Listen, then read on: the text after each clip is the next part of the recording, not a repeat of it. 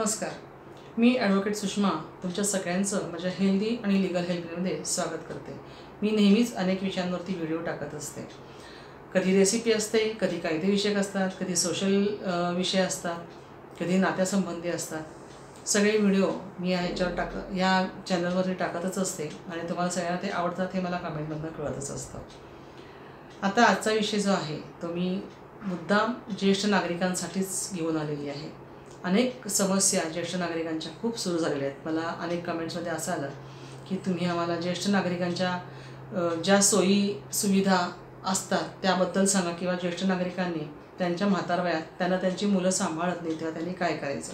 आणि म्हणूनच हा व्हिडिओ मी आज तुमच्यासमोर घेऊन येते आहे।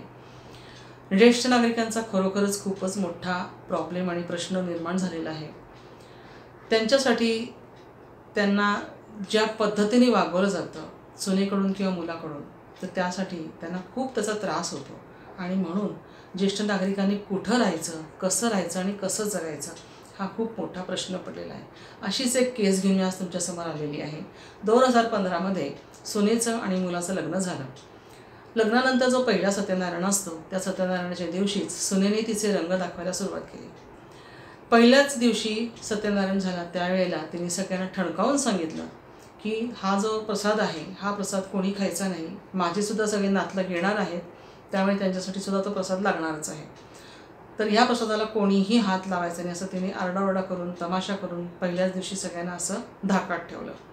त्यानंतर हे नित्याचंच झालं की ती सासूला खूप त्रास द्यायची, किरकोळ कारणावरून भांडायची, कटकट करायची, तिला मानसिक त्रास द्यायची, शिवीगाळ करायची, आणि हे सगळं सासूनी बरेच दिवस सहन केलं होतं। त्याचप्रमाणे तिला ॲसिडिटीचा तर त्रास आहे हे सुनेला माहीत होतं की सासूला ॲसिडिटी आहे, तरी पण ती मुद्दाम मसाल्याचे आणि तेलकट पदार्थ असे बनवायची ज्याच्यामुळे रात्री सासूला त्रास व्हायचा आणि तिला झोप लागायची नाही, तिच्या सगळं ते घशाशी यायचं।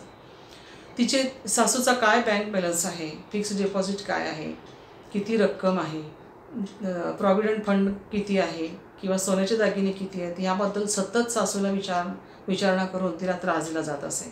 तिच्या डोळ्याचं जेव्हा ऑपरेशन झालं तेव्हा सासूला डॉक्टरांनी सांगितलं होतं की 1 महिनाभर तुम्ही डोक्यावरनं पाणी घेऊ नका, असं सगळं माहीत असताना सुद्धा सुनेने मुद्दाम त्यांच्या डोक्यावर पाणी टाकलं, ज्यामुळे त्या सासूला डोळ्यांचा त्रास पुन्हा सुरू झाला, डोळे दुखणं, डोकं दुखणं हे सगळं सुरू झाले। तर असा मानसिक आणि शारीरिक त्रास सून सासूला देत होती। आणि हे कारण काय होतं याचं, तर एकच कारण होतं की सासूनी तिच्या नावावर असलेलं घर हे आपल्या नावावर करावं आणि आपल्याला द्यावं, आणि सासू ते घर त्यांच्या नावावर करून देत नव्हती। कारण घर जर त्यांच्या नावावर केलं तर घर तिच्या नावावर असतानाही तिला एवढा त्रास होत होता, तर नसताना तिला तर काय केलं जाईल ह्या भीतीने सासूने ते घर त्यांच्या नावावर करून दिलेलं नव्हतं, आणि त्या कारणासाठीच सुनेची खूप चिडचिड आणि रागराग होत होता। परंतु एक दिवस सुनेनी आणि मुलांनी घर सासूच्या नावावर असताना सुद्धा सरळ सासूला घराच्या बाहेर काढलं। सासूचा खूप नाईलाज झाला, शेवटी ती मुलीकडे आणि जावयाकडे गेली, काही दिवस त्यांच्याकडे राहिली। तिथे राहिल्यानंतर जावयाने आणि मुलीने सुद्धा हात वर केले आणि जबाबदारी झटकली, म्हणाले की तुझं तू काय ते पहा, आम्हाला आता तुझं सगळं करणं जमणार नाही। त्यामुळे तिला नाईलाजाने वृद्धाश्रमात जावं लागलं आणि ती पर्याय नसल्यामुळे वृद्धाश्रमात राहू लागली। वृद्धाश्रमात असताना तिने सुनेच्या विरुद्ध आणि मुलाच्या विरुद्ध दावा दाखल केला, कौटुंबिक हिंसाचारापासून संरक्षण कायदा 2005च्या खाली। तिचे जे वकील होते त्या वकिलांनी कोर्टाच्या समोर अशा प्रकारचं आर्ग्युमेंट केलं की घर फिर्यादीच्या नावावर आहे, म्हणजेच सासूच्या नावावर आहे, असं असताना सुद्धा सुनेनी आणि मुलांनी तिचा शारीरिक आणि मानसिक छळ केला, आणि शेवटी तरीही सासू घर नावावर करून देत नाही म्हणून तिला तिच्याच घरातनं, तिच्याच हक्काच्या घरातनं घराच्या बाहेर काढलं। तेव्हा सुनेला आणि मुलाला ह्या घराच्या बाहेर काढण्याचे आदेश व्हावेत आणि हे घर पुन्हा सासूला व्यवस्थित राहण्यासाठी मिळावं। कोर्टाने सुद्धा वकिलाच्या आर्ग्युमेंटचा विचार केला आणि सासूच्या बाजूने म्हणजे फिर्यादीच्या बाजूने निकाल दिला।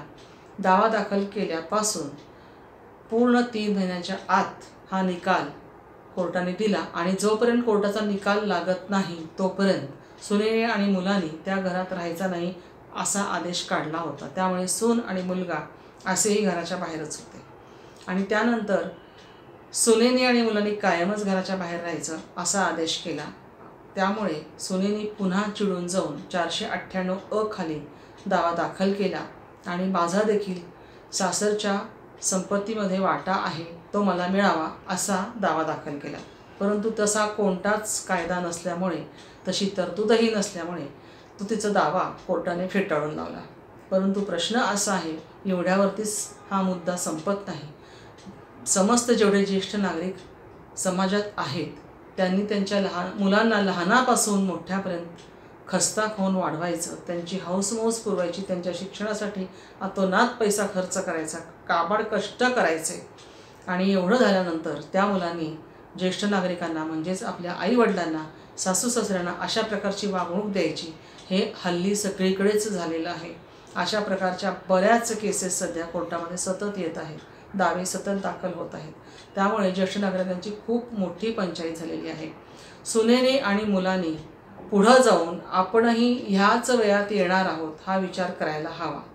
हा विचार केल्यानंतर आपण जर आज ह्यांच्याशी असं वागलो तर आपली मुलंसुद्धा आपल्याशी अशीच वागतील आणि आपल्याला अशीच घराच्या बाहेर काढतील.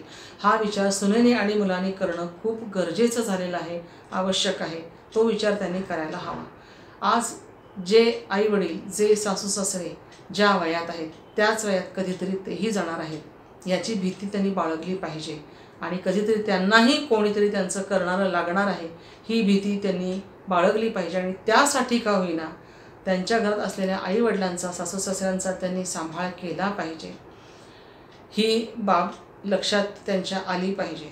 त्याचप्रमाणे ज्येष्ठ नागरिकांनासुद्धा एक गोष्ट लक्षात ठेवणं खूप गरजेचं आहे, ती म्हणजे अशी की आपले हातपाय पुढं जाऊन चालतील नाही चालतील, ते न चालण्याच्या परिस्थितीत येण्याआधीच ज्येष्ठ नागरिकांनी सुद्धा सुधारणा आपल्या वागण्यात केली पाहिजे. अशा पद्धतीची सुधारणा की त्यांच्या नावावर जे घर आहे त्या घरासाठी नंतर पुढे जाऊन आपल्या मुलांनी आपला सांभाळ कसा केला पाहिजे अशा प्रकारची तरतूद त्यांनी मृत्यूपत्रात करून ठेवली पाहिजे. आणि तेच वागणं त्यांनी मुलांसाठी पूर्वीपासूनच ठेवायला पाहिजे, ज्यामुळे ज्या योगी मुलं देखील त्यांना घाबरतील आणि आईवडिलांना ते घाबरून राहतील की पुढं ही जी सगळी प्रॉपर्टी आहे, ही जी संपत्ती आहे, ही जर ह्यांनी आमचा सांभाळ केला तरच ह्यांना देण्यात यावी असं त्या मृत्यूपत्रात लिहिलेलं आहे. हे त्या मुलांनासुद्धा कळलं पाहिजे. त्यामुळे मुलं अशा प्रकारची हिंमत करणार नाही आणि सून अशा प्रकारचा छळ करण्याची हिंमत करणार नाही. अशी काळजी ज्येष्ठ नागरिकांनी सुद्धा त्यांचे हातपाय चालू आहेत तोपर्यंतच अशा प्रकारची तरतूद करायला पाहिजे. तर हा जो मोठा प्रश्न आहे हल्ली ज्येष्ठ नागरिकांच्या बाबतीत, त्यांचा उतारात कोण सांभाळ करणार, हा खूप मोठा प्रश्न समाजाच्या समोर उभा आहे. फक्त त्यांची संपत्ती मुलांना हवी असते, सुनेला हवी असते, परंतु त्यांचा सांभाळ मात्र करायला नको असतो. असं पुन्हा कधी घडू नये किंवा अशी वेळ कुठल्याही ज्येष्ठ नागरिकांवर येऊ नये यासाठी कायदे तर नक्कीच आहेत, त्यांना संरक्षण कायद्याने दिलेलं आहे. परंतु तरीसुद्धा याही आधी ज्येष्ठ नागरिकांनी त्याची काळजी घेतली पाहिजे. धन्यवाद.